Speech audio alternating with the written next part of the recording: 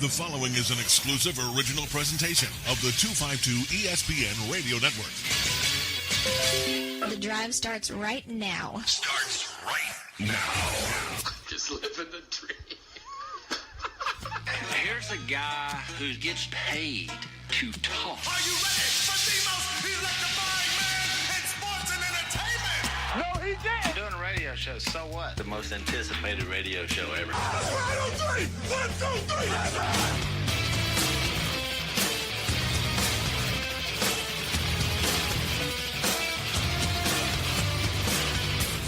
Well, happy Wednesday. This is the Drive East Carolina Sports Show on your ride home. Sam Avalos. Yes. Are you ready for tonight? Big showdown. I'm ready for tonight. It's a big showdown. We've got a big-time kickball game at 6 o'clock. I've been thinking about it. I've been prepping for it all day long. I've been stretching, doing my stretches. That's the game you're talking about, right?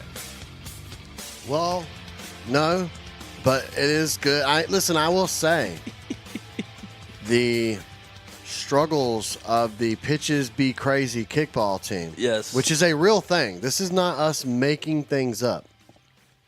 We have I'm not a member of the team. I was never asked to be a member of the kickball team, and I'm okay with it. Up with Carolina. And it may be because I'm on Carolina's softball team, and she was like, nah, we're good. We're good. But we do have a kickball team, and we have three of the people that work here the are on athletes. the team. Three of the athletes.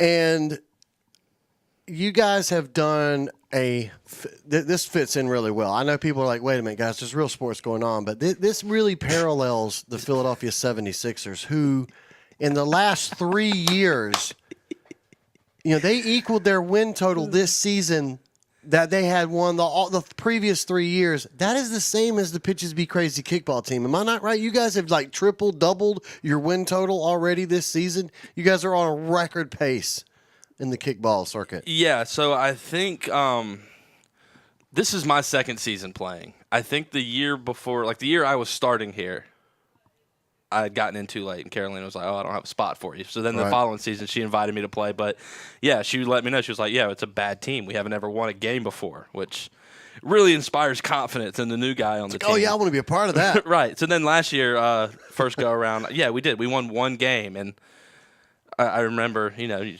get the monkey off the back. And, we made a couple of roster adjustments this offseason, a few tweaks here and there, some position changes. We hired a new trainer for the team, and spent a couple weeks in Germany doing some stuff with some of the scientists over there. Some PED, some HGH, yes. A little this, a little that, and here we are. Yeah, yes, I mean, sitting at 2-1, and we were almost 3-0. I mean, we were close last week. Yes, I'm excited. So we had the same conversation. I always have it with Mike, our general manager, who also, as you mentioned, is on the team. The goal for me. And this sounds bad as a 24-year-old, and you can relate to this as it comes to softball. I know exactly where you're headed with this. Kickball's all well and good, and I love these sports that we play outside of work, to get out and do something. But the number one goal for me each and every single week is nothing to do with winning. Let me make sure I don't hurt myself. And I did that last week. I foolishly went for a diving catch. Oh. And came down hard on my shoulder. And I was pretty much out of commission until like Saturday, but I'm good now. Yeah, fired up, ready for tonight. I was telling you, it's funny. I mean, first game of the softball season, and by the way, our softball team's doing really well too this year. But yeah, I was on second base, and usually at my age, you got to take it one base at a time. Don't do anything crazy, especially when the third base coach goes, "Stop." But sometimes, you were feeling it. And I'm like, I feel like I'm 22-year-old Mark. I feel like I'm going to make this. And I was telling you, and this was the first hit, got on base, I'm on second, guy gets a hit, I'm going to try to beat out the run. Let me just tell you, did not play the next game. And did not play the rest of the game because you pulled yourself. As soon as I pulled myself out of the game because I was like, okay, I hurt myself. First game of the year. So no, I completely agree with that, and I think that's the attitude you got to take when you're, especially when you're playing rec league style stuff. You can't- Carolina's one of those people. Like she looks at you and it's if you don't give all effort, right. It's like, are you hurt or are you injured? Like there's a difference. It's like the Kawhi Leonard thing. Like is Kawhi actually injured or is he just hurt in his mind? Because I And need that's you to what's play keeping him hurt. out. If you're injured, that's one thing. But if you're hurt, I need you to play hurt. Yeah, exactly. I need you to rub some dirt on it. Gotta tough it up. So we do. I am looking forward to Sixers Celtics tonight, and I'm looking to close out this series tonight as a Celtic fan. And let's be honest. If you're a Celtic fan, as I am, if you're a Boston Celtic, if you're one of these players, you don't want this thing to go back to Philadelphia with a momentum of a 2-game winning streak, do you? Because they go right back home, and that's going to provide them the opportunity. Again, it's hard. They're going to have to win 3 more games, 2 of them in Boston, in order to win the series. It's never been done before. So if they did it, it would be historic. And I think a lot of that will depend on tonight's game. Yeah. Hope a Sixer victory tonight will open up the door of hope for the Sixers. A little bit of hope, but I think it's just too much now. So for starters, the Celtics. So this game's in Philadelphia tonight. So as you mentioned, the chance to tie up the series. Excuse me. It's in Boston. It's in Boston. Boston's 6-0 at home this season.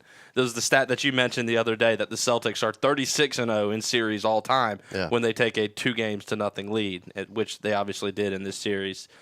So I guess I have a little bit of hope, and I can't believe I'm saying this, but I have a little bit of hope because of one guy in particular, and I think you know who I'm talking about. And unbelievably, it's T.J. McConnell.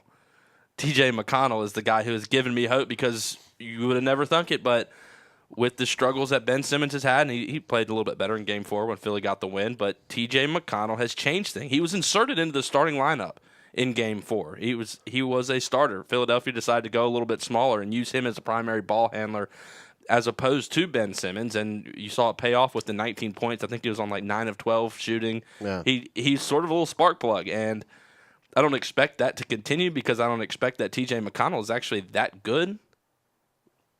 But, yeah, that's where the hope comes from, I think. And what I'm guessing, the Celtics backcourt, which has been decimated with injuries, you're going to obviously see a lot of Marcus Smart and Terry Rozier. But Shane Larkin is now out indefinitely. Maybe that means you're going to see a little bit more of Ojale, probably get a few more minutes. Coach K's favorite player, Semi Ojale, as we found out. Yeah, he loves that and loves the whole family. We're going to have to talk about that. I think, Norwood's coming by tomorrow? Yeah. I think we do need to dig into that at some point. But yeah, it's finally started to circulate here locally. It was an interesting. If you haven't seen it, yes, go look up Semi Ojale. Is it Semi Ojale? I think that's his name. Mm-hmm. And Duke, I'm pretty sure. And if you hit news on your Google search, I'm betting you it'll be like the first thing that pops up is this interesting article about how the parents of Ojale do not think that much of Coach Krzyzewski at all. Now, we have a great show for you today. Jordan Honeycutt, Sun Journal sports writer, is going to join us. Laker fan, but loves the NBA. Loves Major League Baseball, so we'll talk a little bit with him on that. And should be interesting to get his thoughts on, and something we've been doing to him is torturing him about LeBron James becoming a Laker. So somehow I think we should work that in as well. So we'll have that. Carolina will be in here with headlines. Does Squirrel Week continue? Because I will tell you, we have not secured a guest for Squirrel Week. We have one potentially lined up, I think, right? Potentially, yes. But I don't think he really – I think he takes his job very seriously, and I think us being a little tongue-in-cheek is not going to make him happy. You know what I mean? Yeah, This is a real job. Somebody has to come do it. And one thing that I think that we want to stress to him is we don't want to anger you so that you don't remove the squirrels in our building. We don't want to make a mockery of what you're doing because we appreciate it. No. Because we are, absolutely. This is straight out of a Stephen King novel now where we have the squirrel infestation in our office. But at the same time, there's too much potential for material here, so where I'd like to pick some fun with the squirrel guy. I know. Like I said, we just don't know the squirrel guy enough. The other thing is authors of squirrel cookbooks are the most hidden people in the world. Who'd have thunk it? I thought this guy would be famous and like have an agent or something because he did a squirrel cook. Now, we think we found the guy, right? And I have sent him a message on Facebook. But we don't know if it's him or not. The man's name is Willie LaRue. He wrote a cookbook. I think it's called The Only Cookbook You'll Ever Need or for Squirrels or something like that. Squirrel cookbook you'll ever need. Yes. Yeah. Yes. And his Facebook profile picture is a squirrel. What are the chances, right? Yeah. That your name is Willie LaRue and that your profile picture is a squirrel. Yeah, so I sent him the message yesterday during the show. Yes. And as of right now, he has not even viewed the message, it says. But my guess is he could be one of the, because there are people out there, and I don't know what age, especially older people, Willie LaRue might not be a frequent Facebook guy. So let's give it some time. Okay. Let's hope that Willie LaRue gets our message soon, and that we can get some him squirrel on. recipes. Well, I mean, as I said, I would like to continue Squirrel Week. It's obviously been a huge success, and people can't get enough of it. I did get some great feedback, though, from some folks on the video stuff. So I want to remind people, go to YouTube and search 252 ESPN Radio, and you can find, if you enjoy the show, you can watch the show, replay of the show at your leisure. And hopefully that, including the Squirrel Week stuff. And we'll make when we get them all done, we'll do like a Squirrel Week playlist. Okay. Right? Yeah, perfect. That way you can just go in Follow back. along. Absolutely. But a great show. So we will continue Squirrel Week. All right. Does everybody feel good about that? I'm happy about that. NBA stuff, without question. Are we going to talk about fake sports news? Fake sports news. Because people talk about fake news all the time, but we haven't addressed fake sports news. And I see it all the time. Don't you see it all the time? It's time to address your Celtics are making some big moves. In fake sports news? Fake sports news, man. The Celtics are making moves. Let me just preface this by saying, if you have seen or shared a post about a player trade in the NBA right now, turn in your NBA fan card right now. You don't know the simplest rules. Not even the simplest. Turn it in. We'll come back. Jordan Honeycutt joins us next.